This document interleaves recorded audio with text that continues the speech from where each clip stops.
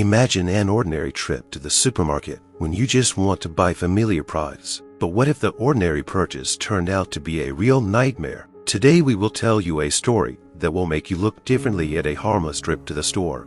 Viewers, write in the comments what your name is and where you are watching this video from. We want to know you better because each of you is an important part of our channel. Your comments, your likes and subscriptions help us tell these stories. You make us stronger and motivate us every day.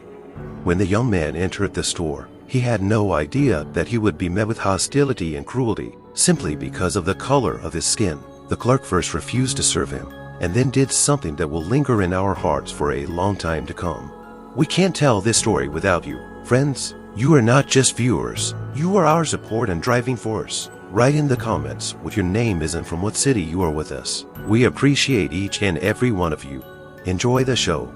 The day at the supermarket began as usual, the checkouts filled with customers, the tinkling of baskets of groceries, and the hum of voices punctuated by occasional announcements created a familiar buzz. James, a dark-skinned man in his early 30s, entered the store without attracting much attention. He was of medium height, with a short haircut, dressed in a light gray jacket, and jeans that looked slightly worn but neat. His expression was calm and focused. James knew exactly what groceries he needed and planned to shop quickly.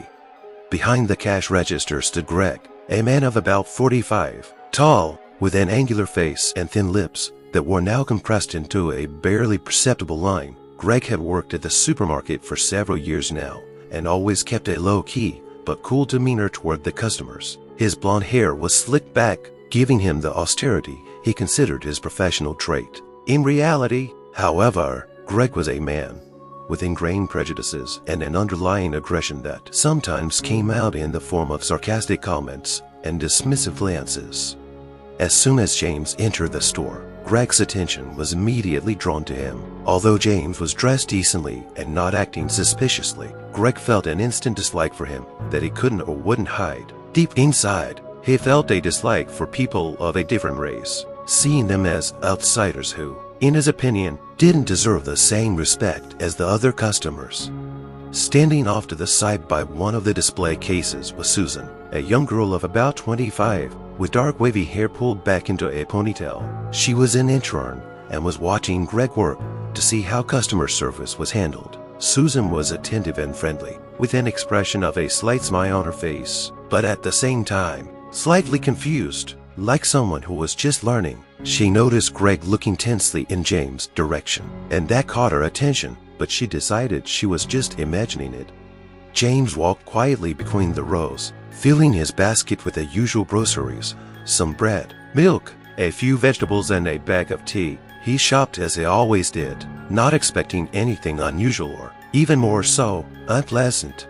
Greg, standing at the checkout counter, caught a glimpse of James as he entered the supermarket. A subtle sense of irritation and prejudice flashed through his mind. Greg couldn't explain exactly where the resentment had come from, but it had been ingrained in him from childhood that people who didn't look like him were suspicious. In addition, a few months ago, in his opinion, it was such customers who behaved suspiciously in the store, because of which there was an unpleasant incident in the store. For Greg, James was the embodiment of all the negative prejudices he had harbored inside for years.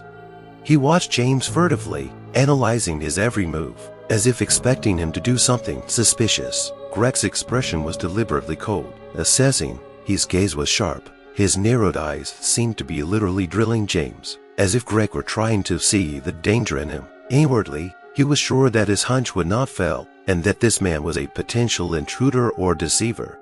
The dislike grew stronger and stronger, turning into something resembling hatred. Every detail of James, the color of his skin, his clothes, even the manner in which he walked past the shop windows seemed to Greg the embodiment of something alien and hateful. It seemed to Greg that James felt overly confident and relaxed, despite his inappropriate position in this supermarket. He was annoyed at the very thought that James could walk in here quietly, expecting to be treated like any other customer. Not wanting to make it obvious, Greg stood behind the cash register, straightened tensely, and folded his arms across his chest. looking at James with an expression of unrelenting displeasure. There was a look of disapproval, a look of resentment, as if Greg was trying to let James know that he wasn't welcome here. Greg didn't even think about how unethical his behavior was. He saw only a generalized image in front of him, inspired by the stereotypes and resentments he had accumulated over the years. James walked up to the cash register, not noticing the tense expression on Greg's face. He carefully placed the shopping cart on the counter, waiting for him to start punching out the items as he should. James was absorbed in his own thoughts, and his gaze slid casually over the little things on the checkout counter. Candy bars, chewing gum, flyers, but at that moment he sensed that something was wrong. Greg looked at him, but not like a normal cashier ready to serve a customer, but like a man barely holding back a rising tide of irritation. He stood motionless, resting his hands on the cash register, as if about to hold back some inner storm. Aggression was rising inside Greg. Slowly and inevitably, his face remained taut, his gaze icy, his lips pressed into a thin line, as if he was struggling not to snap into loud words or actions. From his point of view, the fact that James approached the cash register so calmly, as if he were a regular customer, looked like insolence. In Greg's eyes, it looked like James was challenging him as calmness, his confidence. It seemed to Greg that James was showing too much swagger, not even realizing that to him. Greg, this was a place where order and respect should be observed by the right people. The internal heat was getting stronger and stronger. Greg could feel his body tense. His fingers clenched the edges of the register, and his breathing became a little more rapid. Though he tried not to give it away, thoughts swirled in his head, one darker than the other. They increased his internal aggression and fueled his beliefs. Greg fought the urge to say everything he thought, everything he'd held inside for years. James seemed to be the embodiment of everything he didn't like, everything that made him feel like an outsider in his own world.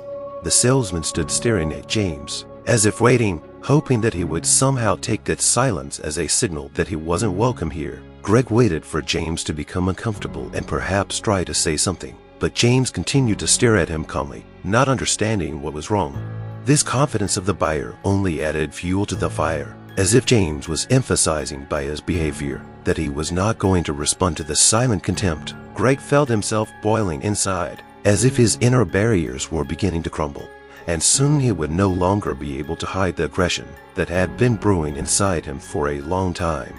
James frowned slightly when he noticed that Greg wasn't proceeding with the service. He was expecting the usual quick service and didn't understand why the cashier was just standing there glaring at him without moving.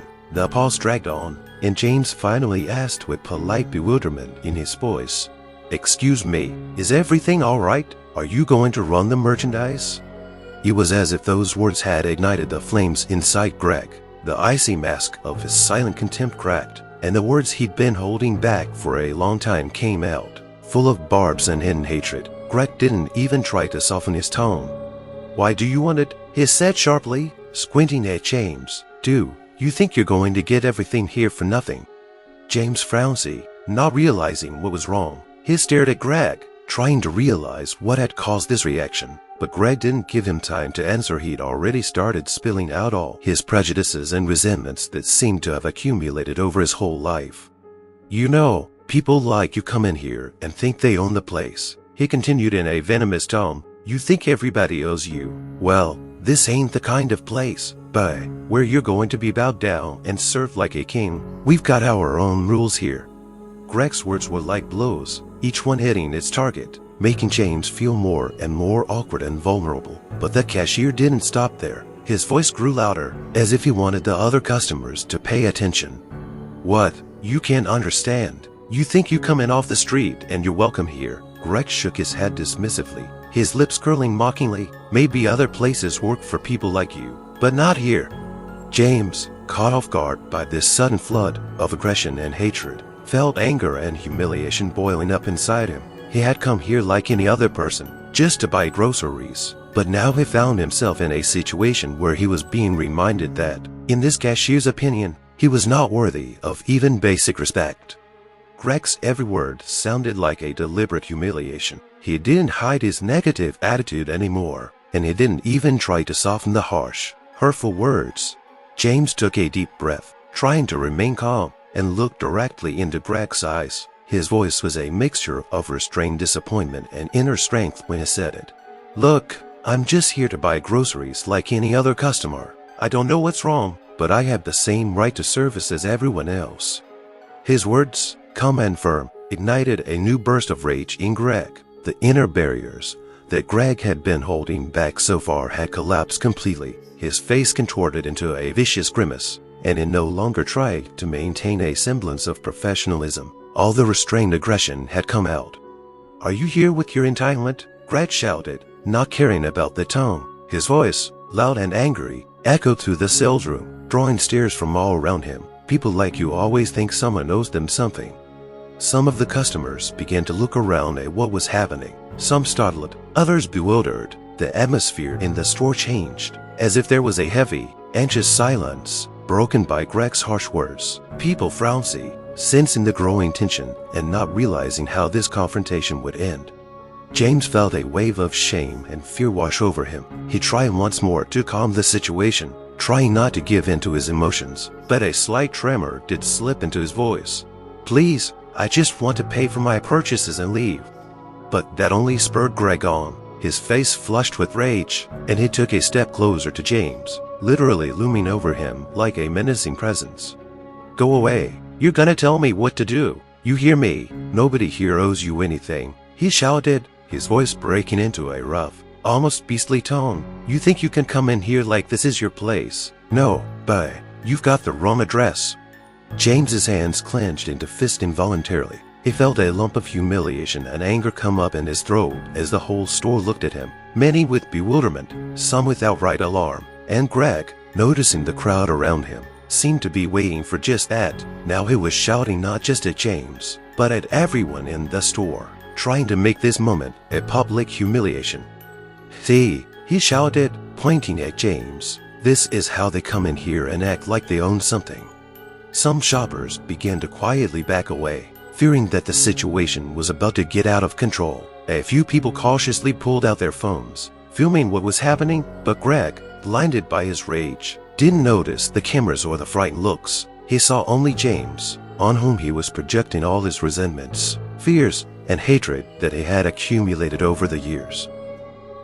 James, surrounded by the attention of the crowd and Greg's aggression, felt trapped. Fear and shame overwhelmed him, but he knew he could not back down.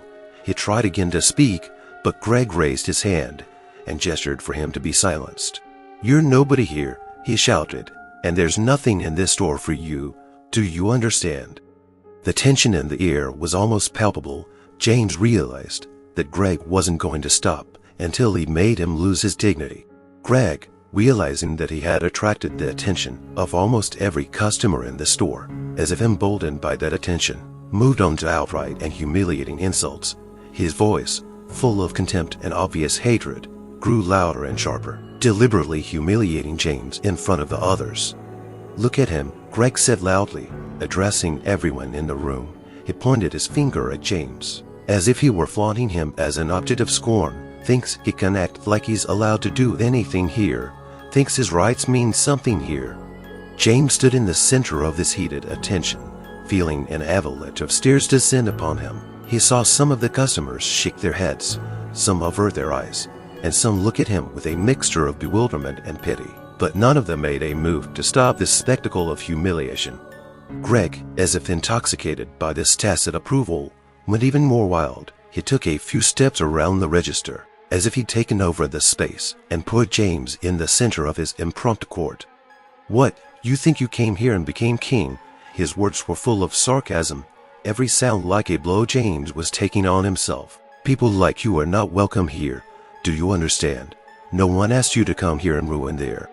Several shoppers were whispering among themselves as they looked at Greg and James. Some were obviously shocked.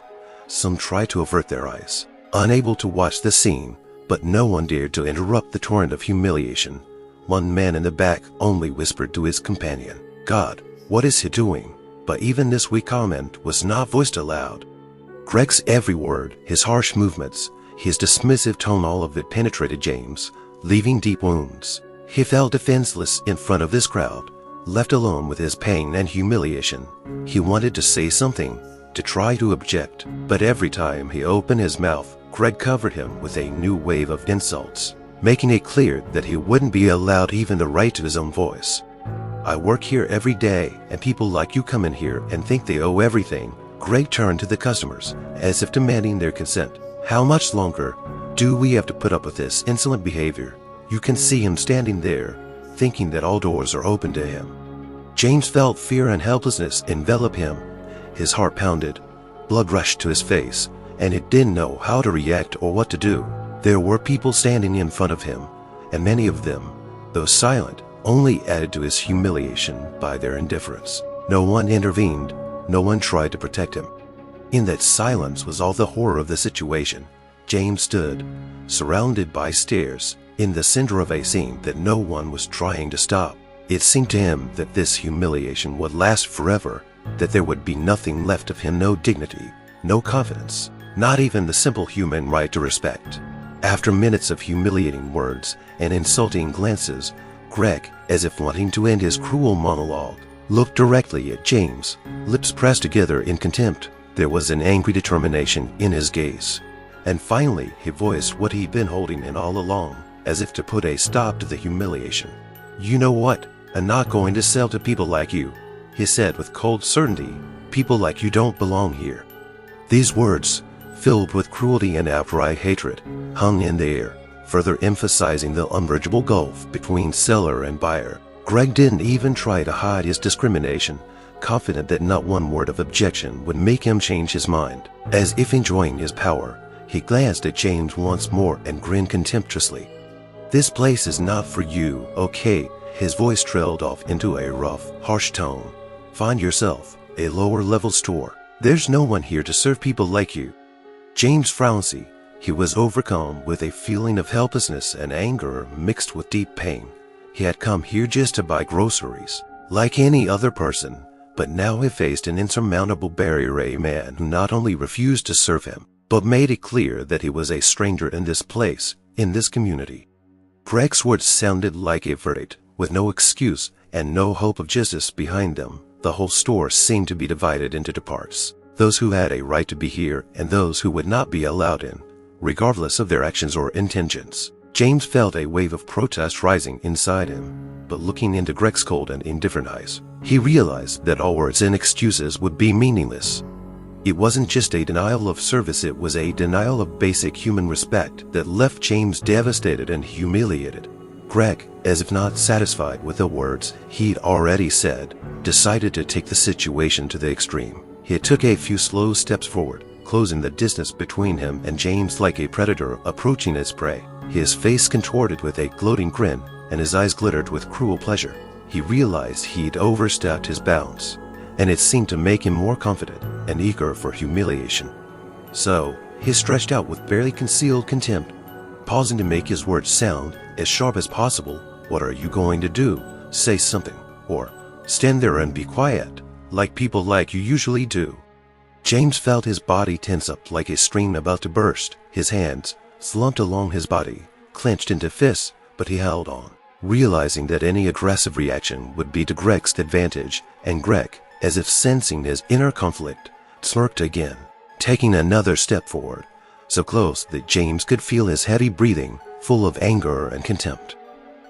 "You probably think you can make a difference here, don't you?" Greg hissed, his voice almost a whisper, but every syllable was like a punch. "You think anyone's going to protect you? Some of them." He looked around the room. "Will be your hero? Funny." There was an eerie silence all around. None of the shoppers moved or looked away, the people frowning with baskets in their hands, as if they were unwitting witnesses to a nightmare scene unfolding right before their eyes. But fear and tension made everyone remain motionless. Some of them tried to pretend to select items on the shelves. Others just stood there with their eyes down, and no one interfered. James felt their presence, their inaction, which made the situation even more ominous and alienating. "You're not saying anything." Greg took another step, moving closer to James so that there were only a few centimeters between them. His voice was quiet, but every sound hit his nerves like a cold blade. "Because you can't change anything. You're nobody here, okay? You're nobody." His words, spoken in that awful, intimate half-whisper, seemed to penetrate to the very depths of James's consciousness. Every sound was filled with contempt, eerie and almost inhuman. It wasn't a mere denial of service, not a mere insult. It was a blatant, painful provocation designed to break James, to make him lose control. For a moment, between those cruel words and the weight of the silence, James felt fear and humiliation turn to rage. His fists were shaking, and he could barely keep from letting his emotions get the better of him. But he realized that this was what Greg was waiting for. He was provoking him, wanting to see James lose his temper. Greg stood a few centimeters away from James, torn between his accumulated anger and his desire to subjugate him to his power. The atmosphere was heated, and every word, every movement was pushing the situation toward disaster. At some point, when James turned away, trying to keep his dignity intact and not give in to the provocation, something in Greg snapped. Without warning, without the slightest hesitation, he stepped forward sharply, overcoming the last frontier of self-control. Greg's hand flew up, and his fist came at James with monstrous force. The blow was sudden and brutal, aimed straight at his face, so that James didn't have time to defend himself or even dodge. At that moment, everything around him seemed to freeze. Greg's fist, clenched until his knuckles were white, slammed into James's face, breaking the silence with a thud that echoed through the room. James staggered, his body jerked back as if by a powerful jolt. He felt a sharp pain pierce his face, his skin instantly flaring from the impact, leaving behind a heavy burning sensation. The impact was so strong that dark spots flashed before his eyes, and for a moment everything around him lost its clear outline. His legs gave out, and he struggled to his feet, grabbing the edge of the counter to keep from falling. The crowd around them frowned, the shocked jobbers standing as if paralyzed, unable to believe that an ordinary trip to the store could turn out to be so violent. Some of them gasped, some of them exhaled quietly, and some of them even backed away, as if afraid that the violence might spill over to them. But no one intervened. People were too shocked, too stunned by the open aggression displayed right in front of their eyes. Greg felt a surge of satisfaction and smiled, as if he were enjoying his own power. There was no regret in his eyes, only anger, only a greater desire to humiliate James, to turn him into a helpless man who would no longer dare to claim his right.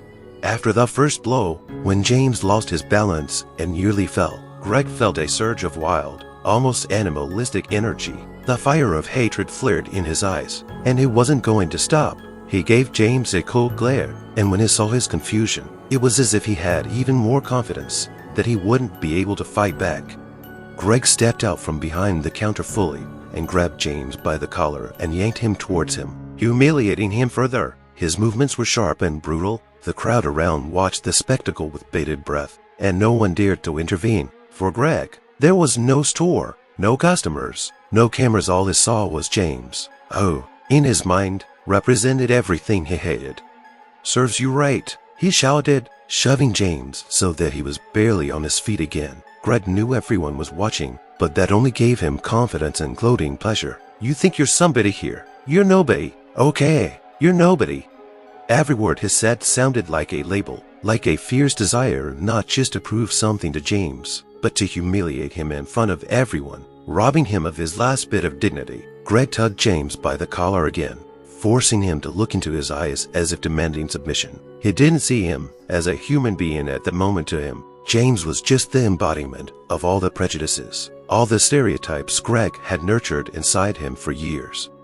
The audience watched in silence. Many were shocked. Some took off their phones. Some even took a few steps back, afraid of getting hit by the rage Greg was now directing at James. But no one intervened. No one dared to stop the cashier, who had completely lost control of himself. With every push and every word, James felt his inner resistance melt away under the pressure of humiliation. It seemed to him that he wasn't just standing in the store. He felt as if he were in a courtroom, where all these people were silent witnesses to his destruction, his utter suppression.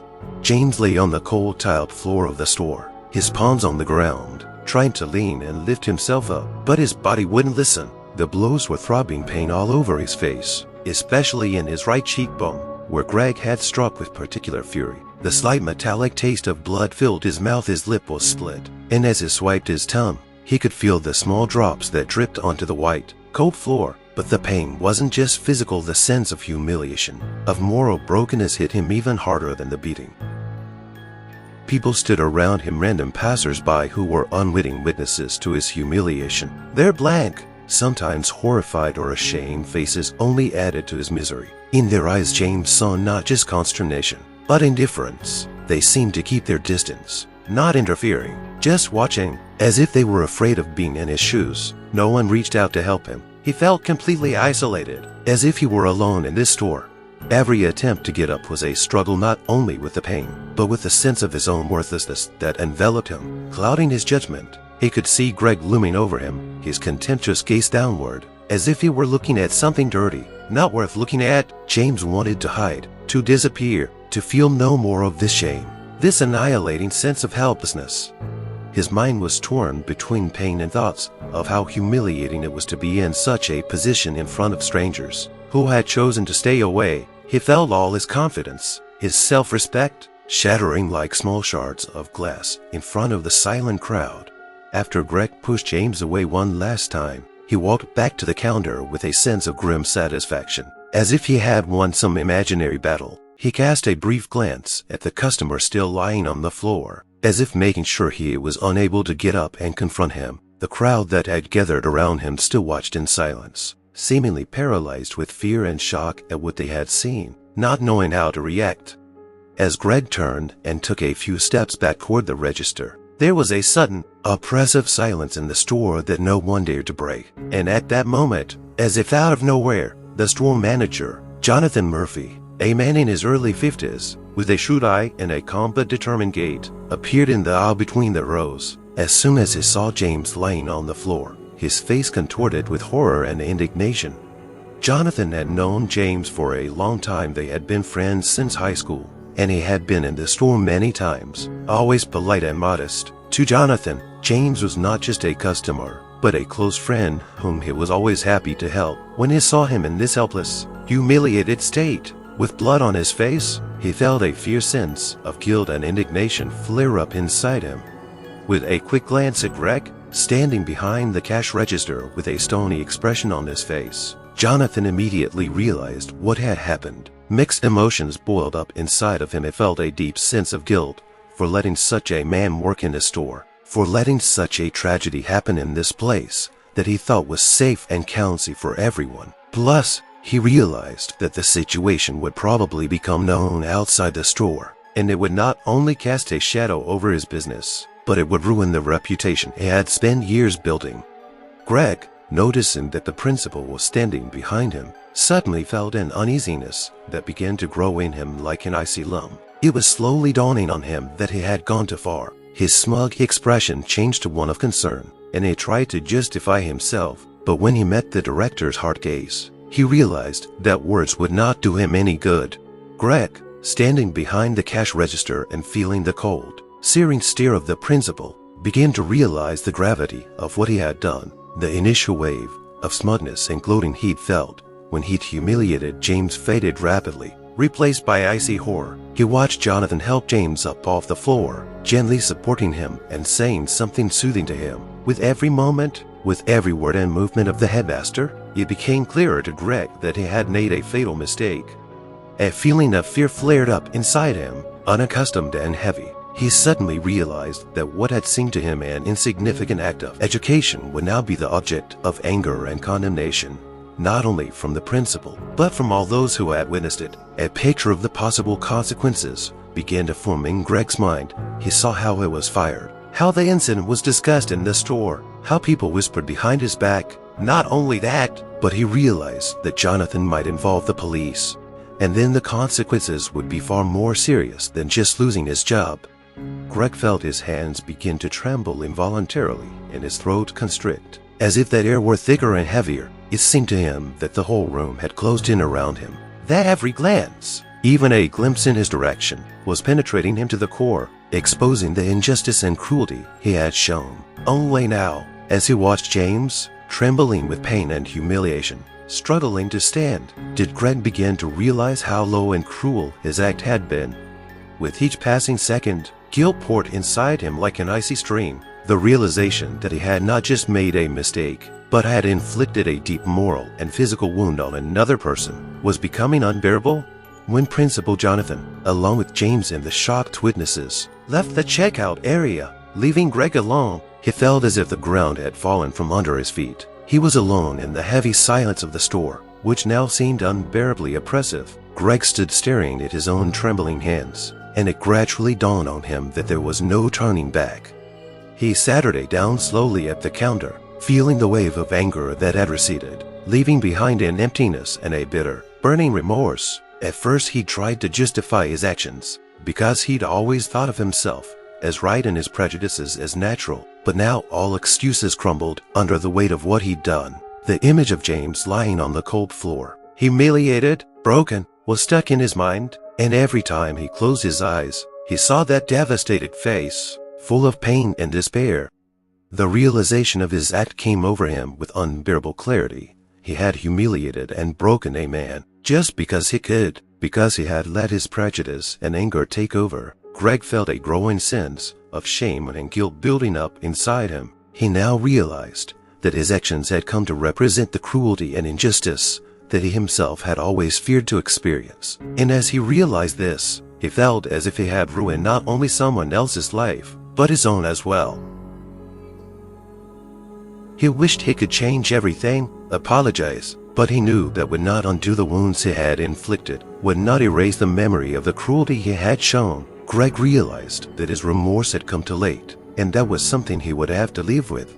In the days that followed, the consequences of Greg's behavior were fully realized. The next day, Jonathan summoned him to his office with contempt and anger. Greg had expected this meeting, but fear mixed with guilt tormented him. He felt insignificant in front of the director, and when he announced his dismissal and that the case would be handed over to the police, Greg finally realized the irreversibility of his actions. Now he had to answer for what he had done. Rumors of what had happened spread quickly through the city. People who knew Greg turned away from him, and every glance, every whisper behind his back cut harder than any punishment. He had become an outcast not only in his former place of employment, but also in his daily life. It was impossible to find a new job. Job interviews turned him down as soon as they found out who he was and what he had done.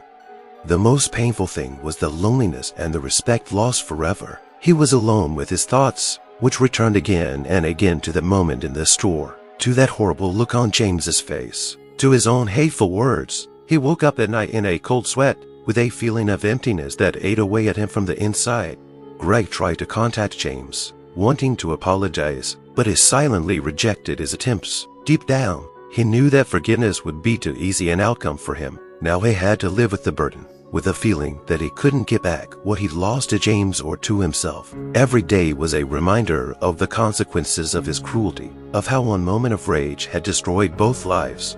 Friends, this story touches on serious and important topics, and we would be interested in your opinion. Write in the comments what you think about what happened. Have you ever experienced racist or unjust situations in your life? How did you deal with them?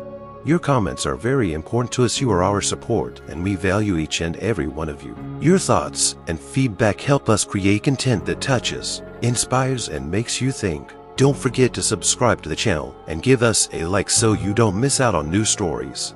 We wish you a good day, and remember, each of you is truly invaluable to us.